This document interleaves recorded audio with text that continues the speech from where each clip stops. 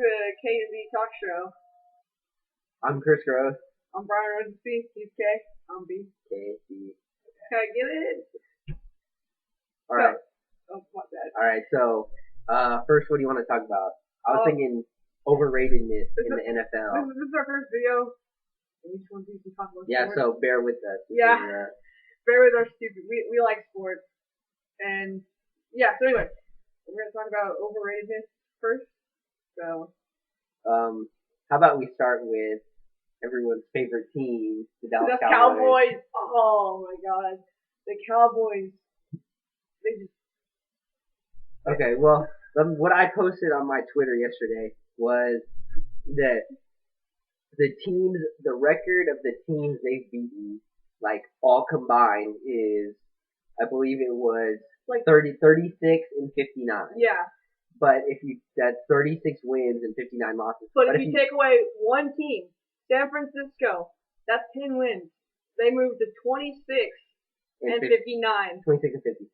56. Oh, okay. My bad. Same thing. But that would be if they didn't beat, if that San Francisco game wasn't in there, their 6 wins would be the 6 opponents they played, which technically they played 7 games, but they played the Redskins twice already. So that means that's an average of like what, a couple wins per team. Yeah. And they flat out played nobody good. No one except for the 49ers, the one team. And when they were on that 4-game winning streak, they were like, "Oh my God, Cowboys MVPs, Super Bowl champs, what's up?" No. I mean, they beat Miami by 1 point at home. They beat the Redskins by a field goal. Well, I don't know if that was at home or not, but they beat the Redskins twice, which isn't that big. But I think the game that really stood out to me was Miami at home on Thanksgiving, when they know everybody's watching. I mean, Dallas Cowboys, you think Thanksgiving football, you always think Dallas Cowboys, and they go out. They could have very easily lost that game. I know.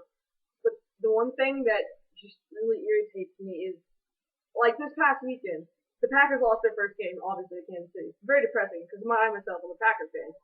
You know, I like that. But I'm a Packers fan, and they lost, so they're 13-1. Everyone's like, "Oh my God, Packers! Oh, they're not gonna win it all anymore. They suck." It's like one game, really. I mean, I know it's Kansas City, but I mean, come on now, Cowboys. They're 8-6. Right. They beat those crappy teams that he mentioned earlier. Oh my God, Super Bowl champions! Here we come. It's like, and I'm a Ravens fan, so, I mean, especially from this season, I'm a big proponent of, you can have bad games. It's not your losses that count, it's your wins. Yeah. So, whenever people come to me, they're like, "Oh, the Ravens, they lost to Jacksonville. They just laid an egg against San Diego. They lost to Seattle." Well, I mean, I'm not trying to make excuses, but as you know, it's really hard for teams to go across country and play a game. And so, especially in Seattle. I mean, Seattle sucks. That's for sure. Especially against the game in Kansas City. I mean, they're already won 13 games in a row. That's already hard enough to do. Yeah. I mean, 16-0, that's just like, only the Patriots did it, but, you know, they lost in the Super Bowl. It's hard to do. You've got to see, whenever I look at a team, I'll look at their wins over their losses. I'm not going to say, "Oh, they suck because they lost to this team." You got to look at who you beat. So, like, the Packers beat the Saints. They played the Falcons. Detroit. They beat the Bears when they had Cutler. And they were pretty decent. Yeah. And that was after his offensive line started to get into shape. So he wasn't having that problem. And then you look at teams like the Ravens. You beat the Steelers twice. You beat the Jets. I mean, I remember we beat the Jets down defensively. And other teams in the league you think about, and I don't have the schedules in front of me, but you think about Pittsburgh. That's another team where if they're going into a game, much like tonight's game, they're always going to be like a favorite, or they're not going to be down by much. Also with the Patriots, teams like that, those are the teams where they deserve the praise, not 8-6, barely in lead of their division. I mean, Cowboys. like we said, one team, the 49ers, is really the only team they beat. I mean, that's it. I mean, Yeah, I mean yeah. Also, one more thing on overratedness, Tim Tebow. Yeah. Oh my god. I mean, it's and what we were talking about is you got to look at who you beat. And so this season, Tim Tebow was on a 6-game win streak, right? Yeah. But I mean, it was the same thing as the Cowboys. He beat Miami. It was these 4 teams, like, and again, I don't have the schedule, but they were down going into the fourth quarter. I mean, Tim Tebow, he only plays good in the fourth quarter, and that's not what you look for in a quarterback. If I had the option of someone who's playing good for the first 3 quarters and then is kind of shaky in the fourth quarter, I'll take that over a quarterback who throws like 2 completions in the first 3 quarters and then has to give his team a drive all the way to the end. And then this was really the first good team Tim Tebow played. And he got beat. He got beat by pretty Tom bad, Brady yeah. and the Patriots. Because yeah, like you said, that was the first real team they fought. I mean, or they played. And I mean, everybody's like Tim Tebow, fourth quarter miracle worker, but let's be real. Almost every one of those games was won by Matt Prater, the field goal kicker. Mm-hmm. He's kicking like these 50-plus yard field goals. I mean, if Tim Tebow was so good, he would have scored a touchdown, or he would have gotten a lot closer than that. So I mean, the real all-star to me is Matt Prater. Yeah, and he's the one kicking all these game-winning field goals from these ridiculous distances. And that's another issue that I guess we can talk about later is that the people who always get overlooked in the game. It's your linebackers who are keeping the like Von Miller. Right. God, I mean, he's so good. It's you're overlooking the good players and you're looking at like I guess what I call the sexy players, the ones who are always going to get the awards, the quarterbacks, your running backs, your wide receivers. They're the ones who you think put the team on their back, but it's you've got like Brian said, you've got the kicker here who's saving the game for him. Yeah, Tim Tebow's doing good, but Tim Tebow wouldn't have most of his wins without the kicker. And he might make it to the playoffs, but he's not going to last long. And the AFC playoff picture right now is you've got Pittsburgh, New England, Baltimore, I guess Houston's in it. Even without their quarterback, Houston's still pretty good. That their backup TJ Yates, he's pretty good. Yeah, even though they're on their third string, don't down Houston. I mean, especially this is their first year to make the playoffs. I think they're ready for it. I think they can go at least one game. Especially since it's been the past couple of years, they've been so close. I know. They've gotten to 8 wins and they're just right there.